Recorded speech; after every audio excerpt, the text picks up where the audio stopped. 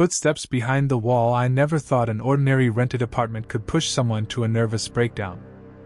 But what happened to me last year completely overturned my idea of normality. And honestly, I'm still not sure any of it wasn't a hallucination. Although there is one detail, the one that can no longer be dismissed as imagination.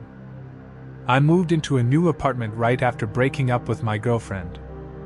Our relationship fell apart quickly, and I had to find a place fast. I got a cheap one-bedroom in an old brick building.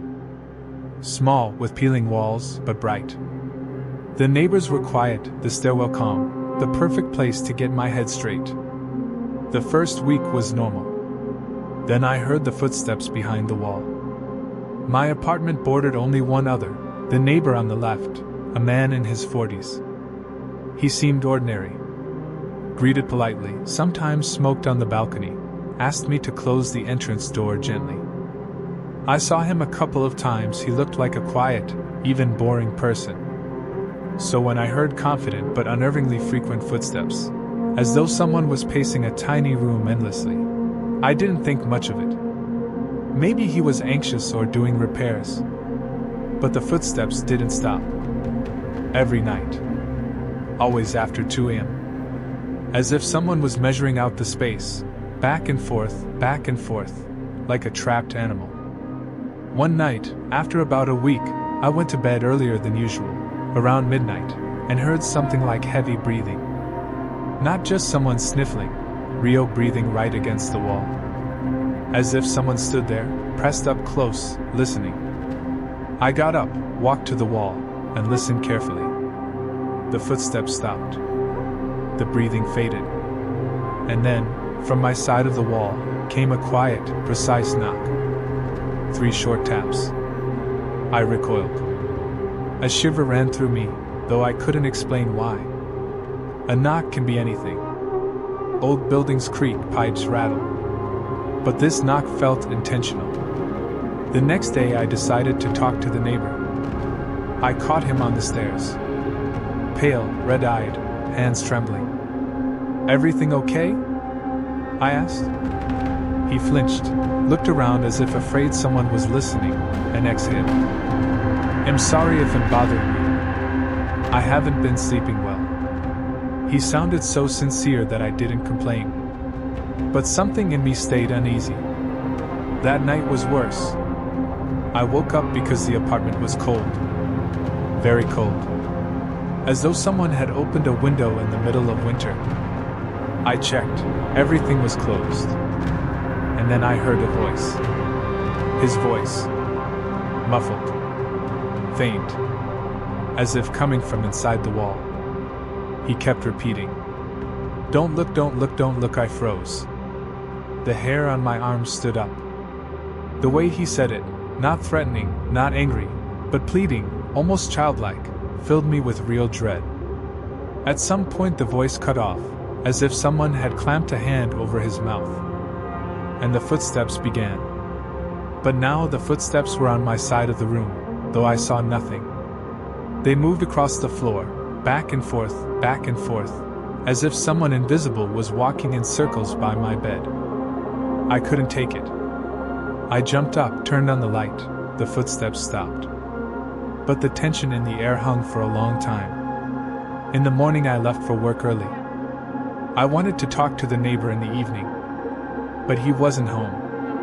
The next day, still gone. A week passed, no sounds, no breathing, nothing. Then the police came. They asked when I'd last seen him. Said he was missing. No one at work had seen him. He had no relatives. And his apartment door was unlocked. I felt my hands go cold. Of course, I tried to stay calm.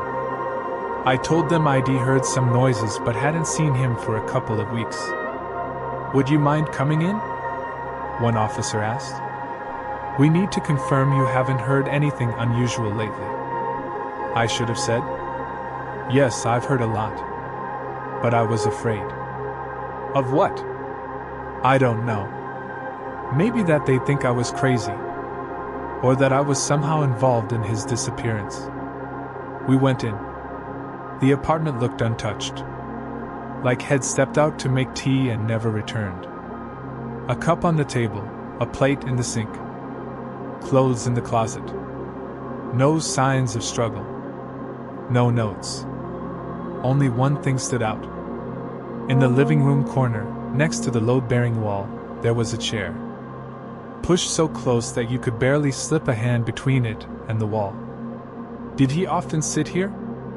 The officer asked. I shrugged. I didn't know. Later, after they left, I forced myself to go back into the apartment alone. I don't know why. Fear? Curiosity? Maybe the need to make sure I wasn't losing my mind. I approached the chair. It was old, wooden, the legs worn down. I leaned in to move it, and heard from inside the wall, that same one, a faint rustling. As if someone shifted something on the other side. Then a quiet, almost inaudible sobbing. I leaned closer, pressed my ear to the wall, and heard. Please don't look, I jerked back. A cold, dry horror tightened around my throat. It was his voice. Definitely his.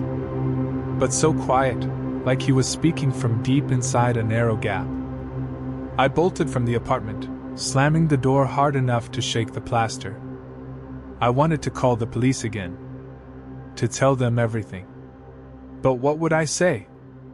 That my neighbor lives inside the wall? A month passed. The footsteps returned. But now from my wall. Every night. Only now there are two sets. The quiet, fast ones, like someone pacing back and forth as before. And the slow, heavy, dragging ones, like someone much taller sneaking alongside them. Sometimes they stop. And I hear breathing. And I know for sure now that there isn't just one person in there.